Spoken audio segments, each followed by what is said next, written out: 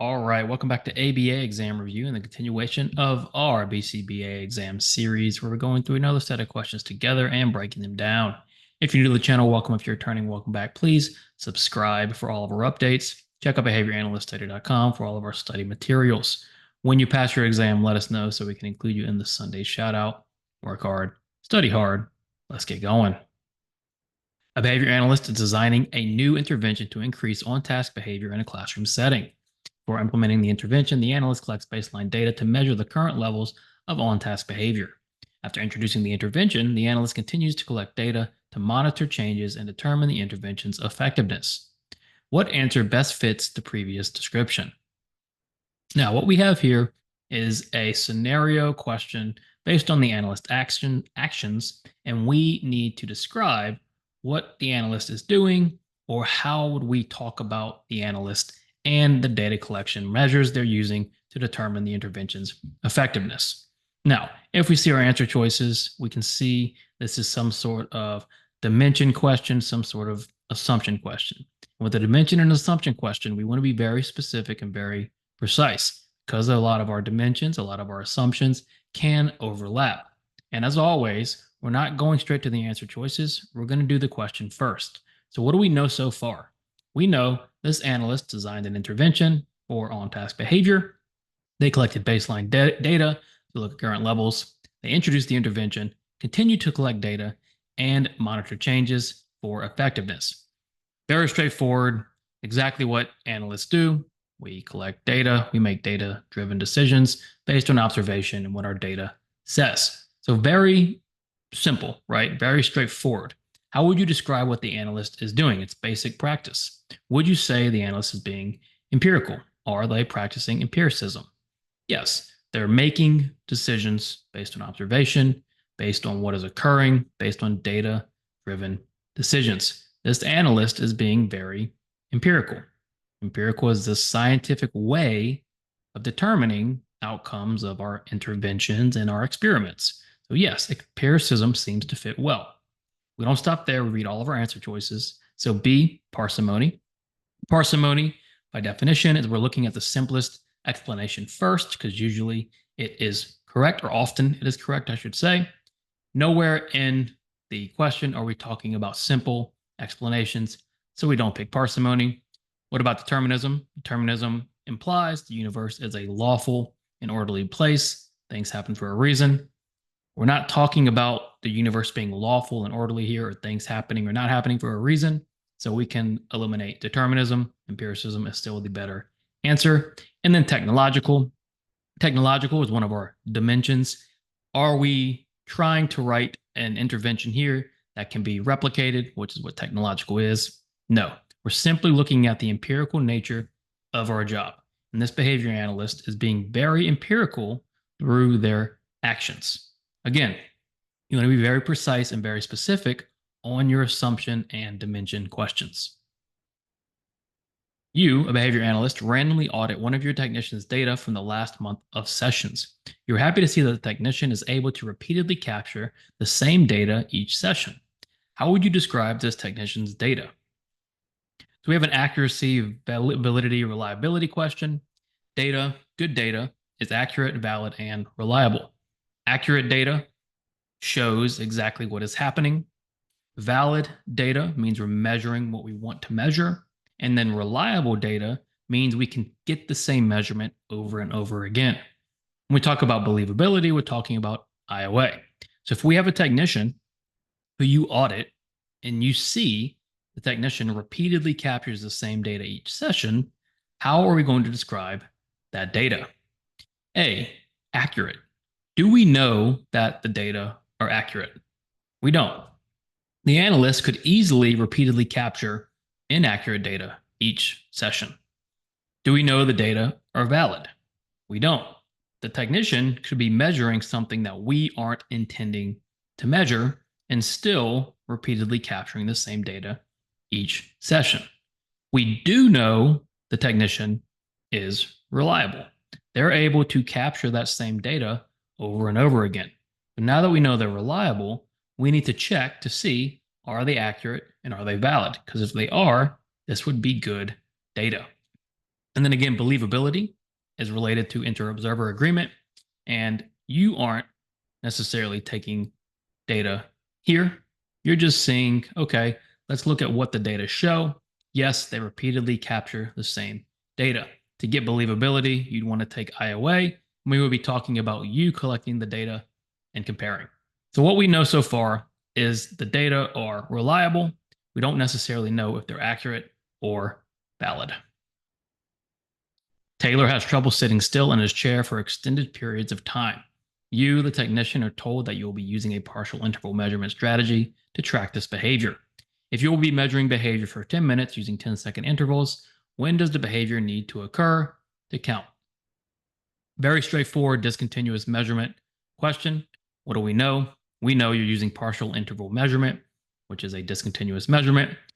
We have a time sample, which we break into intervals. Our time sample is 10 minutes. Our intervals are 10 seconds. So with partial interval measurement, we're going to have multiple intervals of 10 seconds each. Now, in order for a behavior to count in an interval, when does that behavior need to occur? Again, pretty straightforward measurement question. A, at any point during the 10 minutes. For interval measurements, you're not necessarily worried about the sample. You're worried about the individual intervals. So we're not worried about over 10 minutes, does the behavior occur? What we're worried about is B, does the behavior occur at any point during the 10-second interval? B is what we're going to be looking at to determine if the behavior counts. C, throughout the entire 10-second interval. So if we're looking at if the behavior occurs the whole interval, we're using whole interval measurement. It's exactly what the name implies. And then D, not enough information. Well, we have enough information to answer this question. Pretty straightforward. On your exam, you get an easy question like this. How do you approach it? Well, you trust your preparation. Don't overthink it. You answer it, and we move on. A behavior analyst is working with a student who frequently engages in disruptive behaviors during class. The analyst has identified several potential interventions, each based on different theoretical frameworks. To determine which intervention to use, the analyst considers the specific context of the student's classroom, the feasibility of implementation, and the likely outcomes based on previous similar cases. What is the analyst demonstrating in choosing their intervention? Very similar to our prior dimension and assumption question. We once again are going to look at the analyst and what is demonstrated in their actions. What do we know so far? We know we're working with this analyst, or we have this analyst who has identified potential interventions based on the disruptive behavior.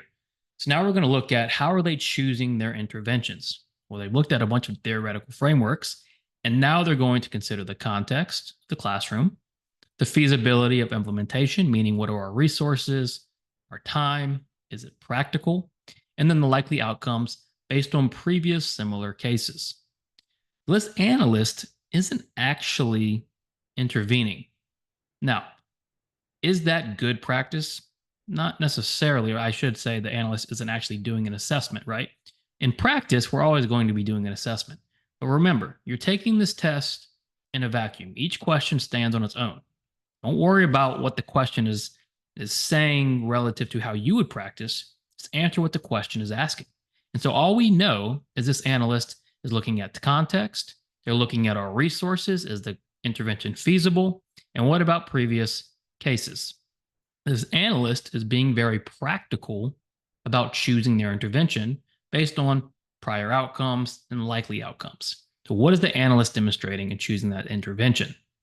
A, determinism. Like we talked about before, determinism is talking about a lawful and orderly universe. And we're not too concerned here again with the lawfulness and orderliness of the universe. Why it's very important you know these definitions. It's going to help you weed out your assumptions and your dimensions that don't fit.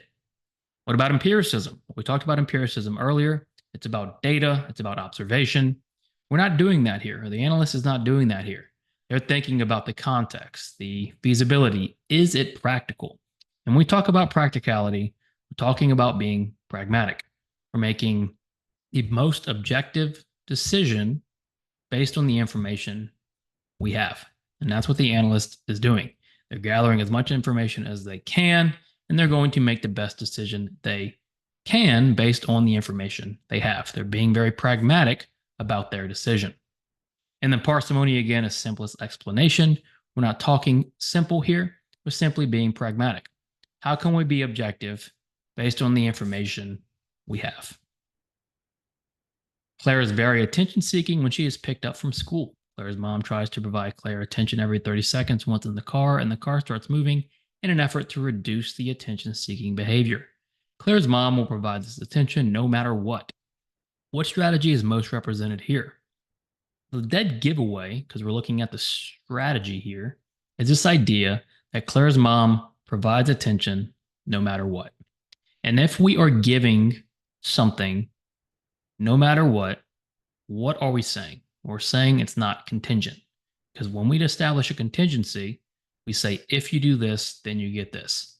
And in order to get something or get the consequence or the item or whatever it might be, attention, you have to do something first. Claire's mom is saying, no matter what, I give that attention on a schedule every 30 seconds. What does this look like? And don't be fooled by Claire's mom's attention to reduce attention seeking behavior. So is it A, positive punishment? Well, it's not going to be positive punishment. One, it's non-contingent, provide attention no matter what. And two, we're looking at some sort of schedule where Claire's mom is giving this attention non-contingently. So what she's using is this idea of non-contingent reinforcement, providing reinforcement on a schedule that isn't contingent on anything occurring. And another thing to remember is non-contingent reinforcement is an antecedent strategy. So all these consequences we can rule out. Not going to be negative reinforcement because she's providing the attention and, right, it's not a consequence. And then differential reinforcement of other behaviors. We're not looking at extinction here. We're not looking at replacements. We're simply giving this non-contingent reinforcement, trying to manipulate those MOs for attention. All right. Thank you so much for watching. Check out behavioranalyststudy.com for all of our study materials. Be sure to subscribe for all of our updates. When you pass your exam, let us know so we can include you in the Sunday shout out. Work hard, study hard. See you soon.